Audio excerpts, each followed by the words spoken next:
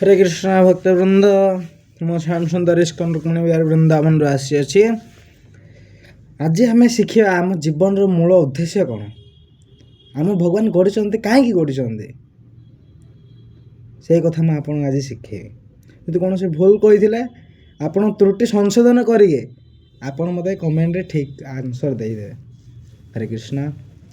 अज्ञानतिमिरान्धस्य ज्ञानाञ्जनशलाकया चक्षुरुन्मिलितं येन तस्मै श्रीगुरुवे नमः। श्रीचैतन्यमनभीष्टं स्थापितं येन भूतले स्वयं रूपं कदा मह्यं ददाति स्वपदान्तिकं। वन्देऽहं श्रीगुरुं श्रीयुतपदकमलं श्रीगुरुन् वैष्णवाश्च श्रीरूपं साग्रजातं स्वगण रघुनाथान्वितं तं सजीवं साद्वैतं सावधूतं परिजनसहितं कृष्णचैतन्यदेवं श्रीराधाकृष्णपादनं स्वगण ललिता श्रीविशाखान्वितश्च। हे कृष्ण करुणा सिंधु दीनबंधु जगतपते गोपीशो गोपिका कांत राधाकांत नमस्तुते तप्त कांचन गौरांगे राधे वृंदावनेश्वरी वृषभानुसुते देवी प्रणमामि हरिप्रिय। वाञ्छा कल्पतरुभ्यश्च कृपा सिन्धुभ्येव च पतितानं पावनेभ्यो वैष्णवेभ्यो नमो नमः। जय श्री कृष्ण चैतन्य प्रभु नित्यानंद श्री अद्वैत गदाधर श्रीविशादि गौर भक्तवृंद। हरे कृष्णा कृष्णा कृष्णा हरे हरे हरे राम राम राम हरे हरे। हरे कृष्णा कृष्णा कृष्णा हरे हरे हरे राम राम राम हरे हरे। नमो विष्णुपादाय कृष्ण पृष्ठाय भूतले श्रीमती भक्तिवेदांत स्वामी इति नामिने। नमस्ते सरस्वती देवी गौरवाणी प्रचारिणी निर्विशेष शून्यवादी पाश्चात्य देशतारिणी। हरे कृष्ण। भक्तवृंद आमको भगवान गढ़ी आम जगत पूरा पृथ्वी सौरमंडल को आम नवग्रह को भगवान ही गढ़ी भगवान ही सृष्टिकर्ता। आम भावुचे ब्रह्मांडर मालिक ब्रह्मा बोली किंतु ब्रह्मा ब्रह्मा ब्रह्मा मध्य ब्रह्मांडर मालिक किंतु ब्रह्मा ठारू मध्य उच्च मालिक होचंती परम पुरुष भगवान श्रीकृष्ण जे कि वसुदेव और देवकी पुत्र नंदन। आम भगवान गढ़ी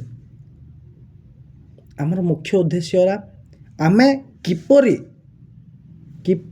भक्त मान मतलब किपरि ए कलिजुगर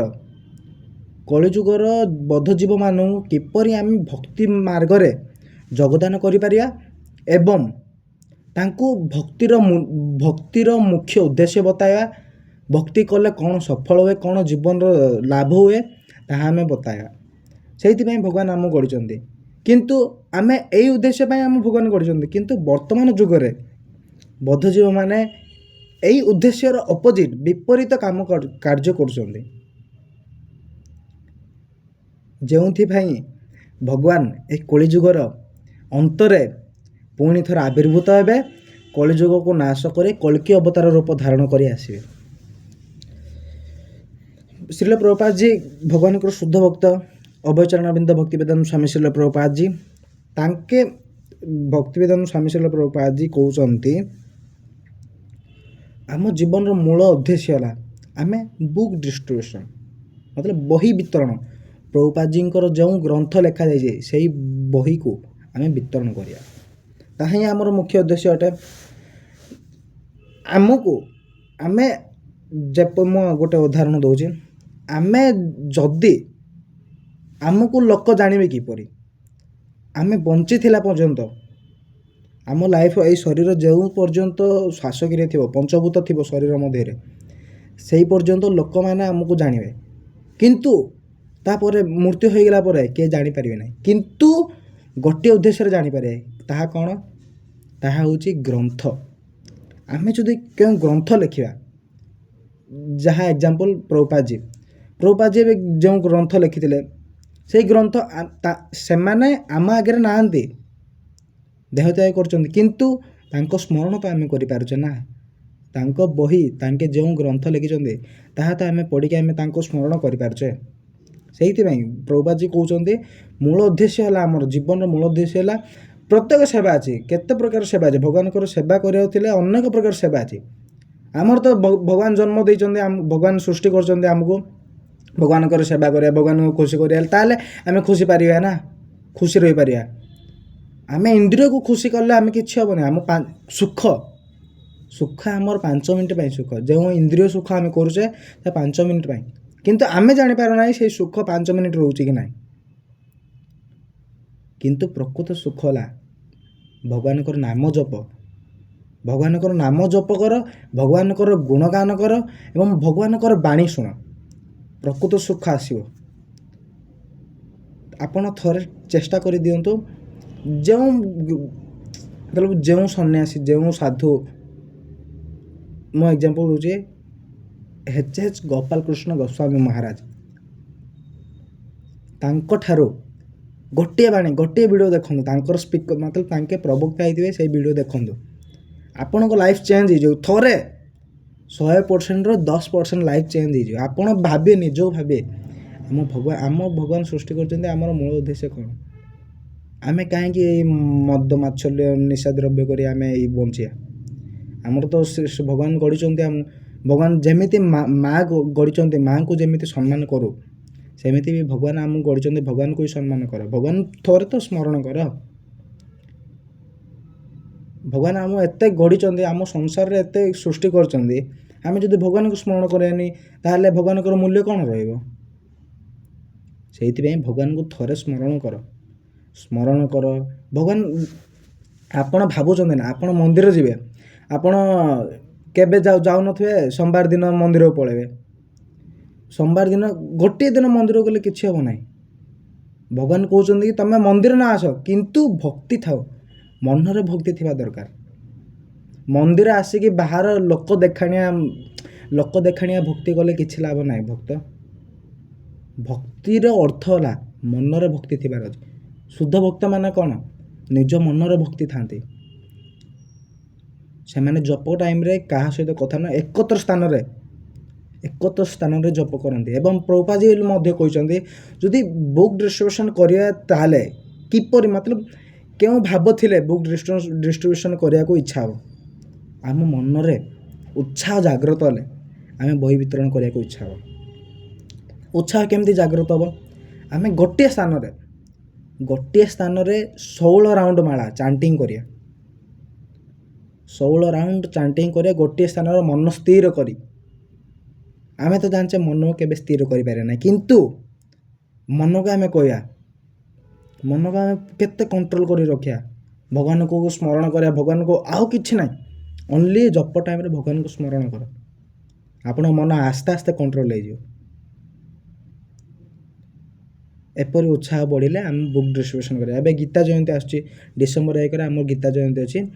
ଆପଣ ଗୀତା ଜୟନ୍ତୀରେ ଆମେ ବୁକ୍ ଡିଷ୍ଟ୍ରିବ୍ୟୁସନ୍, ଯେତେ ବୁକ୍ ଡିଷ୍ଟ୍ରିବ୍ୟୁସନ୍ କରିବା ନା ଗୀତା ଜୟନ୍ତୀ ଦିନ, ସେତେ ଆମ ଶରୀରକୁ ଭଲ। ଆମର ଭଗବାନ ଏତେ ଖୁସି ହେବେ, ଭଗବାନ ମଧ୍ୟ ଏତେ ଖୁସି ହେବେ ଯେ ଭଗବାନ ଖୁସିର ଫଳ ଆପଣଙ୍କୁ ଦେଇଦେବେ, ଆପଣ କର୍ମର ଫଳ ଆପଣଙ୍କୁ ଦେଇଦେବେ। ଯେଉଁ ବୁକ୍ ଡିଷ୍ଟ୍ରିବ୍ୟୁସନ୍ କରୁଛ ତା'ର କର୍ମର ଫଳ, ସେଇଟା ବି ଗୋଟେ କର୍ମ, ସେଇଟା ବି ଗୋଟେ ସେବା। ଭଗବାନଙ୍କର ଗ୍ରନ୍ଥ ଆମେ ବିତରଣ କରିବା, ବିତରଣ କରିକି ଲୋକମାନଙ୍କୁ ବୁଝାଇବା ଆମେ କି ଏଇ ବୁକ୍ ଦ୍ୱାରା କ'ଣ ଲାଭ ହେଉଛି, ଏଇ ବୁକ୍ ପଢ଼ିବା ଦ୍ୱାରା କ'ଣ ଆମ ଜୀବନରେ କ'ଣ ପରିବର୍ତ୍ତନ ଆସୁଛି, ତାହା ଆମେ କହିବା। ଯେମିତି ଅର୍ଜୁନ କହିଥିଲେ, ଭଗବାନ ଶ୍ରୀକୃଷ୍ଣ ଅର୍ଜୁନ କେତେ ବୁଝେଇ, ମତଲବ ଅର୍ଜୁନ ଯେଉଁ ମହାଯୁଦ୍ଧ ମହାଭାରତ ହୋଇଥିଲା, ଦୁଇ ଭାତୃଭାବରେ ଭାଇ ମଧ୍ୟରେ ଏହି ଯୁଦ୍ଧ ହୋଇଥିଲା। ଭଗବାନ ମଧ୍ୟ କହୁଛନ୍ତି ପରା, ଧର୍ମ ଅଧର୍ମ, ଯେଉଁମାନେ ଧର୍ମ କରନ୍ତି ତାଙ୍କ ପାଖରେ ଭଗବାନ ପ୍ରତିଦିନ ପ୍ରତି ମୁହୂର୍ତ୍ତରେ ତାଙ୍କ ପାଖରେ ଛିଡ଼ା ହୋଇଛନ୍ତି, କିନ୍ତୁ ଯେଉଁମାନେ ଅଧର୍ମ କରନ୍ତି ତାଙ୍କ ବିପକ୍ଷରେ ଭଗବାନ ଅଛନ୍ତି।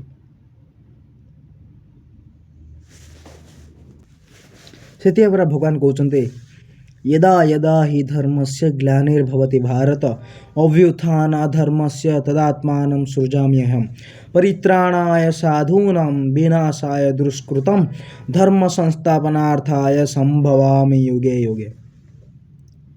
जेबे जेबे धर्म मतलब भगवान आविर्भूत हेबे, भगवान जेबे आविर्भूत हेबे, काहेकि आविर्भूत होउछन्ति? भक्त मानको रक्षा करिया एवं असुर मानको विनाश करिया।